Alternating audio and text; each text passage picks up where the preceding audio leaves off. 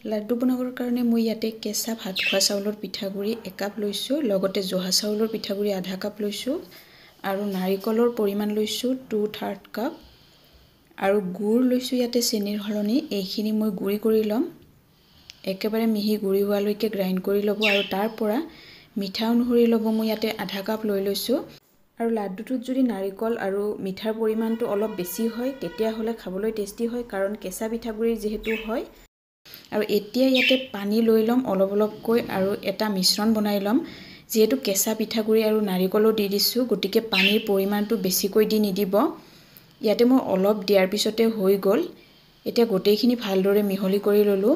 ইয়াতে পিঠাগুৰি আৰু নাৰিকল লৈ লৈছোঁ কেঁচা, লগতে অকণমান গুড় লৈ লৈছোঁ, এইটো অপশ্যনেল হয়।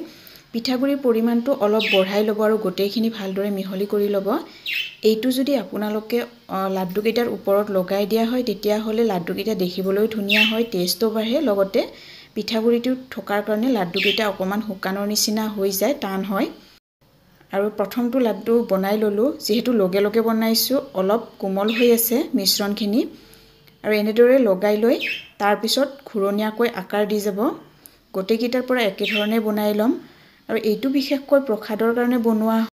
লাড্ডুৰ মিশ্ৰণখিনি একেবাৰে টানকৈও নল'ব, অলপ পকাব পৰাকৈ ল'ব যাতে চেপ দিব পাৰে ভালদৰে। আৰু এনেদৰে যেতিয়া শুকান পিঠাগুৰি লগাই দিয়া হয় পিছত এইখিনি এনেও টান হৈ যাব বা পিঠাগুৰিত ৰাখিবও পাৰে বনাই। গোটেইখিনি বনোৱা হৈ গ'ল। শেষত নাৰিকল ৰুকা ওপৰত দি দিব পাৰে সজাবৰ কাৰণে, নাইবা গোলাপ ফুলৰ পাহিও ছিঙি দিব পাৰে, তেতিয়া দেখিবলৈ ভাল হয়। এটা ভাঙি দেখুৱাইছোঁ, একেবাৰে পাৰফেক্ট আছে, দেখিছেনে? এতিয়া টানো হৈ গৈছে।